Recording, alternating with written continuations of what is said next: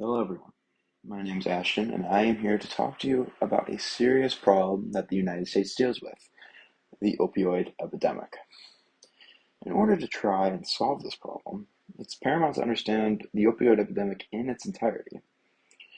An opioid is classified as a class of drugs that interact with opioid receptors, which can make people feel high.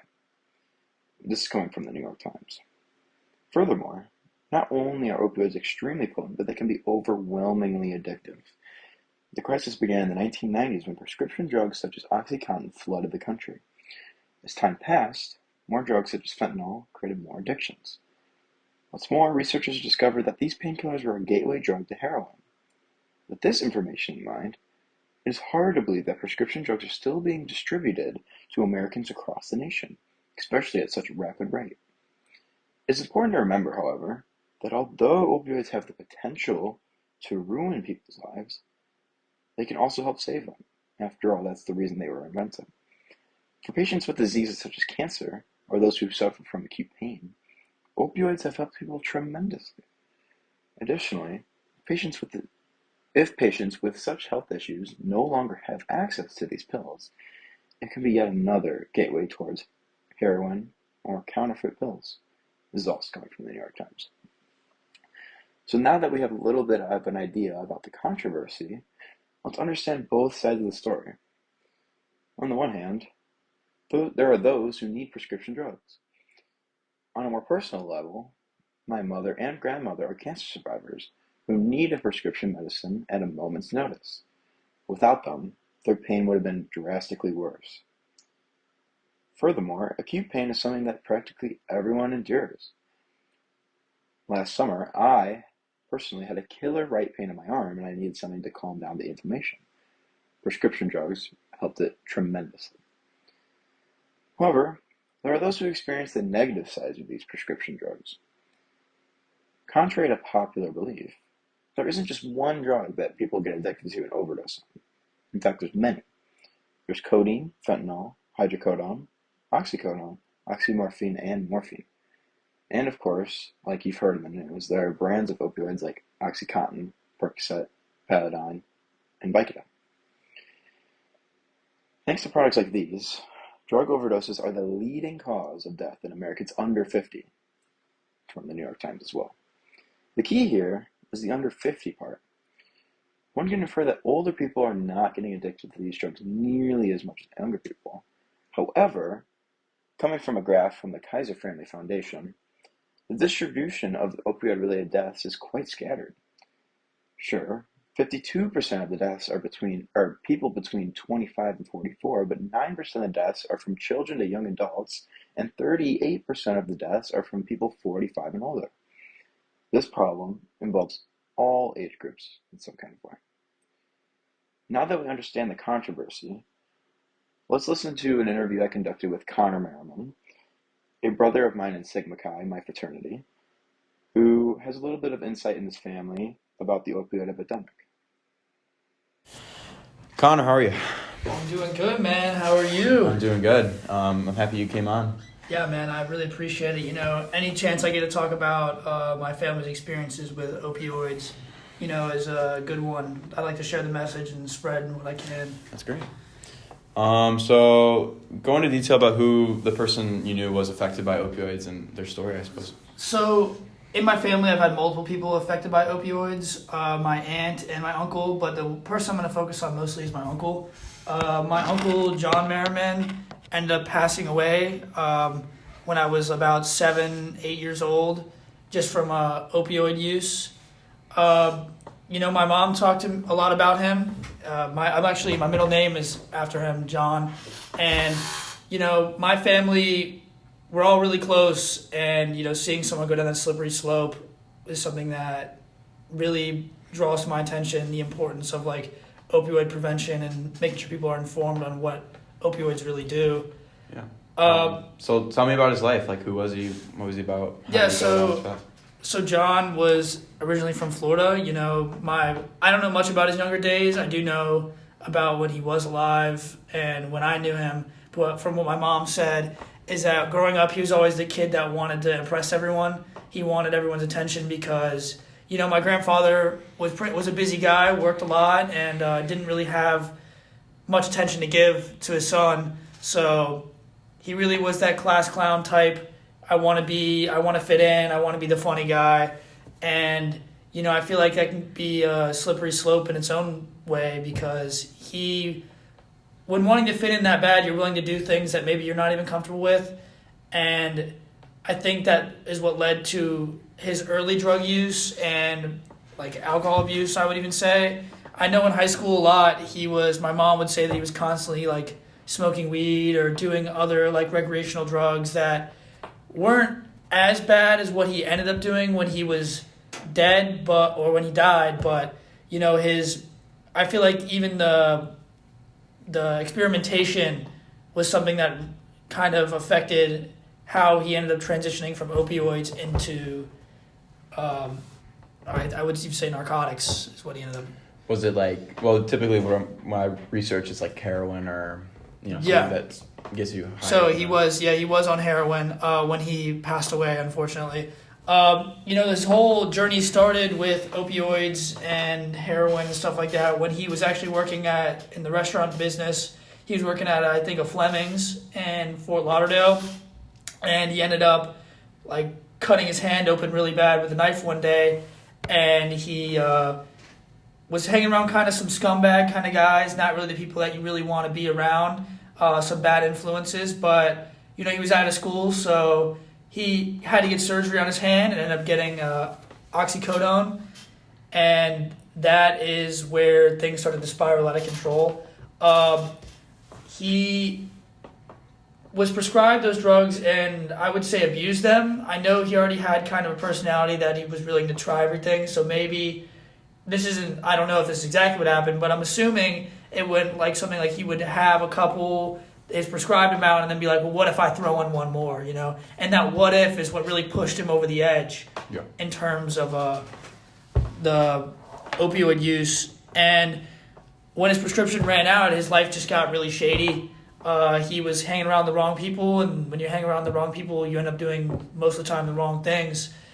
He got caught up in I would say, like a drug dealer type situation where he was the middleman. He had a main boss, and then he had him, and then he was selling to the clients. He's a drug dealer. Yeah, he was a drug dealer. So I hate to say that about him because he was such a great guy and a great influence in my life. But yeah, I mean, at the end of the day, he was, yeah. And yeah, it was just, he got caught in some sticky situations, went to jail a couple times, and ultimately drugs are what ended his life because from what I heard about the night of his passing, I was there when they got the phone call, but obviously I was too young to really remember all the details. But from what I was told was he got out of jail, he went to work that night, got a job at like some gas station or something just to get by while he could before he was looking for a better job. And he ended up going back to his substances that he was in the first place, like heroin. And I think he just took what he used to take, and his body wasn't acclimated because he was off drugs while he was in jail and ended up just ODing just like that. And, it's hard, but it's just something that you got to talk about. How do you think it's affected you and your family? Ever since, I suppose. Well, it's really shaken my mom up a lot, especially with me going to college away from home. She has always been my whole life, like looking at me in the eyes of like, I'm her, like kind of like I'm her brother. Like she doesn't want me to go down the same path as him. So my whole life she's been very, like I would say controlling, but not too controlling. Very restrictive. Maybe of what cautious. I do. Yeah, cautious of what I do because she doesn't want me to go down that same path, and it scares the life out of her, just drugs in general, because, we watched her brother go from this great guy who was on his way up in the restaurant business to a low life who hung out with a bunch of scumbags all the time and couldn't really, handle himself when originally he was such this very goal-oriented guy, and then just drugs took his life a different path that ultimately ended it. You said he went to jail for drug use, but what were you talking about where the TV thing? Oh, yeah, so drugs really turned him into a turned his life into one of that was goal oriented to one that was just desperate. Yeah. You know, he went from being very successful in his business and his restaurant that he worked at to always looking for a fix and always being on the way to make a quick buck after he got fired from his job because he wasn't attending. He wasn't showing up to his shifts because he was too busy looking for drugs. And yeah, like my grandfather one day, he told me this story where he came back to his house and witnessed his son trying to steal his TV to sell it for more money. And, you know, he said it really shook him up as a person because his son was someone he trusted and someone he really held close to his life. And obviously because it's his son. And you see him stabbing you in the back like that just over a substance. You know, someone you're a person that he cares for and he just completely is blinded by the addiction that he has. So, yeah, and he had to call the cops on his own son that was stealing the TV out of his house. Another crazy story I heard about him was one day when I was in like daycare. I was like 7 at the time, or after school care because my parents worked. I get a call that I have to go see my uncle in the hospital. My mom's coming to pick me up. My uncle's in the hospital. I gotta go see him, and they didn't tell me what it was at the time because they didn't want me to paint him like in a bad light. They didn't want to paint him in a bad light at all. But what happened was my grandfather came home to his main drug dealer, had him pinned down on the back porch on their weight bench and dropped like a 40-pound weight right on his head because he owed him money. Jesus Christ. You know, and my grandfather had to witness his son getting beat in his own backyard because he, you know, was irresponsible with the product that the drug dealer was trying to make money on. And it's just something that my grandfather has been scarred ever since, you know, and it's affected my family tremendously. How's your aunt been after that? Like, you know. So my aunt is still around today.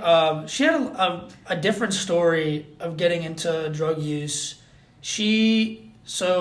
I have 2 cousins that, you know, they've had a good life so far, but then everything changed a couple years ago. Their dad ended up passing away in his sleep right next to their mom, which is my aunt. And, you know, she was a prescription pharmacist and ended up tapping into some of the supply that was behind the counter and got addicted to drugs that way. She then kind of fell off the wagon like my uncle did, was very goal oriented, and then just slipped away. And now she lost custody of her kids and now is in the streets doing hardcore drugs to this day. Wow. Yeah. Had multiple interventions with her. My whole family sat her down.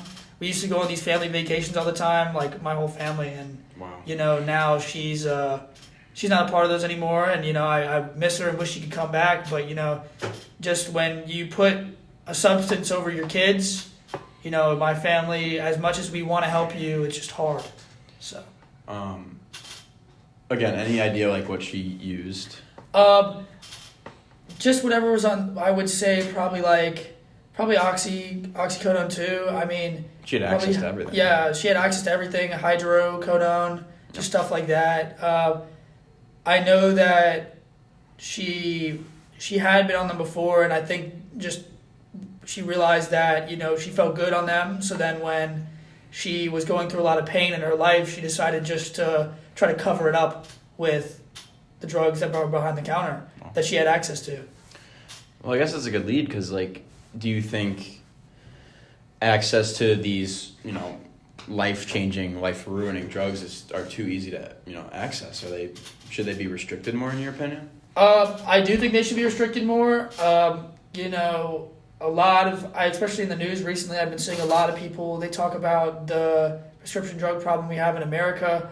I believe that, you know, the use of prescription drugs like opioids should be definitely mitigated because, you know, when you're giving people the access to such powerful drugs with just one time you take one too many, like, oh, I have a really bad broken arm. It hurts today even when I took my 1 Oxycontin, let me take 2. And then they go, oh my God, I like that so much that they're now addicted to these drugs and their life is ruined. All it takes is one time takes one it's time. Opening Pandora's box, essentially. It just takes one time to ruin your life, and I do think they should definitely be. The use of them should be decreased by a lot because a lot of people have been affected this way, and I don't think I'm the only one that stands alone in this argument. I feel like a lot of people will agree. Yeah, I think that's it. Thank you for sharing. Is there anything else you want to mention? No, I think I pretty much got everything. I really appreciate you having me on to spread the awareness of this topic. I might not have been the smoothest talker, but I'm kind of just going off the cuff here and talking about my family and my experiences with opioids and hard drug use in my family. So, yeah, I really appreciate it, man. Well, you did absolutely great. Thank you for coming on. Yeah, appreciate it. No problem. Again, I would like to thank Connor for coming onto the podcast and giving some insight into the slippery slope that opioids can create. I could give you guys all the statistics in the world, but listening to a personal story just hits you a little harder, and that's why I wanted to include it. But that's the thing, too. There are so many people out there who have stories like this, and it's crazy. Me personally, I grew up in DuPage County, Illinois. According to the National Center of Health Statistics, in 2016, the number of deaths in DuPage County due to a fentanyl overdose increased by 100% from 2015. And deaths due to a combination of heroin and fentanyl increased by a total of 370%. Of course, I was only a teenager back then, but the opioid epidemic really took a toll on my community. In order to prevent further deaths, like Connor's uncle and those in my community, we need to find a solution, or solutions. Well, what do doctors have in mind? In an NBC News segment in the Eastern Tennessee region, there are 3 possible ways to reduce opioid deaths. The first is to prescribe smaller doses. People are 20% more likely to start a long-term habit of opioid use after using them for 10 days. The goal here would be to lower that percent by limiting access to certain prescriptions to reduce addictive tendencies. Many of these addictions start out with pure intentions, but can lead to an addiction if used for too long. The second solution is to use an alternative treatment. One of the treatments displayed on NBC's segment was a virtually reality treatment. However, the main idea is to introduce new methods of healing to replace opioids. There are physical and occupational therapies, as well as psychological methods to help stop pain. The third method is to spread awareness about opioid use. The likelihood of a person becoming addicted to opioids is much lower if they know the possible consequences beforehand. Social media, news, and even podcasts are all ways to help spread the message and hopefully decline opioid-related deaths in the United States. Now it's time to ask about the political aspect of the opioid epidemic. How are politicians addressing the problem? What are they doing? Well, former President Trump says that, quote, from personal experience, families, communities, and citizens across our country are currently dealing with the worst drug crisis in American history. And really, if you even think about it, world history. Trump declared that the epidemic was a national emergency. In response to Trump's comments, Dr. Carl Hart, a neuroscientist who graduated from Columbia University, says that politicians are ignorant of the problem at hand. He believes that Americans are forgetting that a lot of people who are dying from opioids combine them with antidepressants, such as alcohol and Xanax. Hart proposes the use of drug testing sites to fully help people understand the strengths of the drug that they are using. Some heroin users unknowingly inject fentanyl into their systems. Fentanyl can be 50 to 100 times more potent than heroin. Hart exclaims that these drug testing sites are not expensive, and the money spent for them will go for a good cause. He also believes that the government is not spending its money very well to solve this problem, saying that it will be supplied to law enforcement, which, in total, will arrest more black and brown people to stop the problem. Based on the facts, statistics, and anecdotes, there is no avoiding the opioid crisis. Thousands of Americans are dying every year, but the kicker is that the pharmacies are the ones supplying them with the drugs. Sometimes people don't even know they're becoming addicted until it's too late. It's a silent killer. As a country, We must not only acknowledge this issue, but also take appropriate action. I am convinced that if nothing is done to address this problem, our nation will drift further from its path to recovery. I firmly believe that these deaths can be prevented, yet people are trying to sweep this under the rug. Unfortunately, as you've heard from this podcast, even the most unsuspecting people can get caught in the opioid trap. I consider this podcast a success if even one person becomes aware of this problem. Thank you.